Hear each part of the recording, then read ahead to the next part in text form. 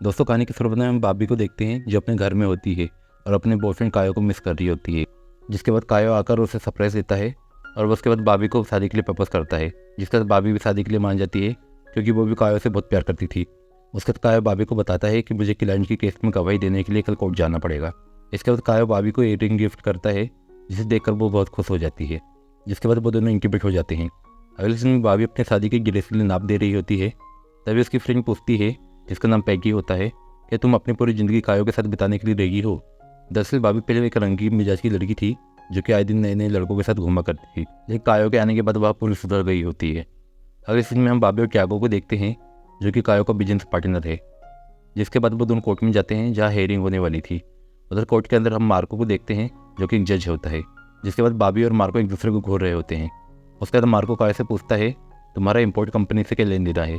Marco कहता है कि तुम्हारे ऊपर फाइनेंशियल फ्रॉड का घोटाला है और गिरफ्त माफिया के साथ मनी लॉन्ड्रिंग का इल्जाम लगा हुआ है। उसके बाद कायो कहता है कि मैं उसका अकाउंटेंट हूँ और जहाँ तक मुझे पता है हमने ऐसा कुछ नहीं किया है। जिसके बाद कोर्ट डिसमिस हो जाता है और कायो को बरी किया जाता है। उसके बाद कायो बाबी से कहता है मुझे अर्जेंट मीटिंग के लिए जाना है। जिसके बाद वो वहाँ से चला जाता है।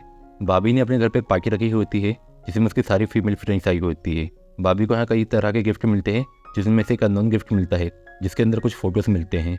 उसमें कायो एक दूसरी लड़की के साथ होता है जिसके साथ वो फिजिकल हो रहा था। उसके बाद बाबी टूट जाती है और उसे बहुत बुरा लगता है। वो वॉशरूम के अंदर खुद को लॉक कर लेती है और अगले सीन में बाबी कायो से बदले लेने के लिए ऑफिस में चली जाती है जहाँ उसे एक लड़की का लेटर मिलता है जिससे उसे पता लगता है कि वो और कायो 2 साल से रिलेशनशिप पे है। इसके बाद बाबी कायो के ऑफिस का सामान इधर उधर फेंकने लगती है और कायो को लैपटॉप ले लेती है। इसके बाद वो सब यहाँ से चले जाते हैं। अगले दिन बाबी अपने कमरे में अकेली होती है जहाँ वो रोते हुए खुद से कहती है कि कायो ने मुझे धोखा क्यों दिया। जिसके बाद पेकी उससे मिलने आती है और कहती है तुम कब तक उसकी याद में उदास रहोगी, चल यार बाहर चल और कोई नया लड़का देख। जिसके बाद बाबी अपना मेकओवर करवा लेती है और अगले दिन में बाबी अपने ऑफिस में होती है जहाँ वो एक नए अंदाज में है। जिसके बाद बाबी ट्यागो से कहती है कि वो कायो के साथ अपना बिजनेस कॉन्ट्रैक्ट कैंसिल कर दे, लेकिन ट्यागो से कहता है कॉन्ट्रैक्ट कैंसिल करने से हमें बहुत बड़ा लॉस होगा। इसके बाद बाबी के पास मार्को के असिस्टेंट का कॉल आता है जो उसे फाइल ले जाने के लिए बोलता है जिसे वो हेयरिंग के टाइम भूल गई थी। जिसके बाद बाबी फाइल लेने के लिए मार्को के पास जाती है जहाँ वो दोनों एक दूसरे को घूर रहे होते हैं। इसके बाद बाबी फाइल लेकर ऑफिस चली जाती है। तभी वहाँ कायो होता है और बाबी से माफ़ी मांगता है। तभी मार्को उधर आ जाता है जिसके बाद बाबी कायो को जाने के लिए कहती है। अगले दिन में बाबी और मार्को बार में बैठ कर ड्रिंक कर रहे होते हैं। तभी एक लड़की मार्को को देख रही होती है जिसके बाद वो उसके पास जाता है। अगले दिन में बाबी अपने घर जा रही होती है। तब वो पैकी को कॉल करके मार्को के बारे में बताती है। इसके बाद बाबी अपने घर पर आ जाती है जहाँ वो देखती है उसके घर का सामान पूरी तरह बिखरा पड़ा हुआ था। किसी ने उसके घर में आके छानबीन की थी जिसे देख के बाबी बहुत ज़्यादा घबरा जाती है। इसके बाद वो ट्यागो को कॉल करके बुलाती है। उसका ट्यागो घर पर आता है और घर का सामान चेक करने के बाद बोलता है किसी ने चोरी नहीं की है, बस चीज़ें बर्बाद की है। जिसके बाद ट्यागो बाबी से बोलता है कि तुम अपना ख्याल रखना, ठीक है, मैं तुम्हारे दोस्त नहीं बल्कि मैं तुमसे प्यार करता हूँ। लेकिन बाबी कहती है ये गलत है। उसका ट्यागो वहाँ से चला जाता है। अगले दिन में बाबी अपनी बाइक लेकर निकल जाती है और उसने एक बाइक क्लब ज्वाइन कर लिया था जहाँ उसे मार्को भी मिलता है। उसका सभी बाइकर मिलकर एक ट्रिप पर चले जाते हैं। उसके बाद बाबी और मार्को एक साथ होते हैं जहाँ वो एक दूसरे से बात करते वक्त बहुत ज़्यादा क्लोज हो जाते हैं। तभी मार्को को कॉल आता है और उसे वहाँ से जाना पड़ता है। उसी रात बाबी के पास वापस मार्को आता है और फिर वो दोनों इंटीमेट हो जाते हैं। नेक्स्ट मॉर्निंग सुबह मार्को वहाँ से चला जाता है और उसने बाबी के लिए लेकर छोड़ा था। अगले दिन में सभी बाइकर घर जाने के लिए निकल जाते हैं जिनमें से एक बाइकर बाबी से बोलता है कि तुम्हें मार्को से दूर रहना चाहिए, वह बहुत ही अजीब आदमी है। उसके बाद सभी बाइकर आगे बढ़ जाते हैं और अगले दिन में हम देखते हैं कि बाबी अपने ऑफिस में होती है। तभी उसके पास बाबी और मार्को के पर्सनल वीडियो आता है और उससे कहा जाता है कि मार्को से दूर रहने के लिए। यह देखकर वो बहुत ज़्यादा गिर जाती है और यह सारी बात वो अपनी दोस्त पेकी को बताती है। बाबी को शक था कि ये सब कायो कर रहा है, लेकिन पेकी कहती है देखो ट्यागो ऐसा नहीं करेगा, वो ऐसा नहीं है। अगले दिन में बाबी अपने घर पे होती है और अब वो ये सब देखने के बाद मार्को का कॉल रिसीव नहीं करती। उसके बाद बाबी को कायो को लैपटॉप का पासवर्ड मिल जाता है जिसे वो खोलने की काफ़ी कोशिश कर रही थी। वो देखती है कि कायो ने कुछ गड़बड़ी की है। ये देख के वो बिल्कुल शॉक हो जाती है। अगले दिन में बाबी ऑफिस में होती है। तब वो ट्यागो को ये सब बताती है कि कायो कंस्ट्रक्शन कंपनी से मिला हुआ है और वो हमें धोखा दे रहा है जिसके बारे में तुम्हें नहीं पता है। जिसका ट्यागो और बाबी फैसला करते हैं कि वो दोनों सबूत बिना कायो को पता लगे अथॉरिटी या जज को देंगे। लेकिन इससे पहले हम अपने लॉयर से बात करेंगे क्योंकि इससे बाबी और ट्यागो के ऊपर कोई केस ना हो। उधर पेकी भी आ जाती है जिसके पास मार्को ने बाबी के लिए फूल और एक लेटर भेजा हुआ था। मार्को ने उसे अपने घर में 7 बजे डिनर के लिए बुलाया होता है।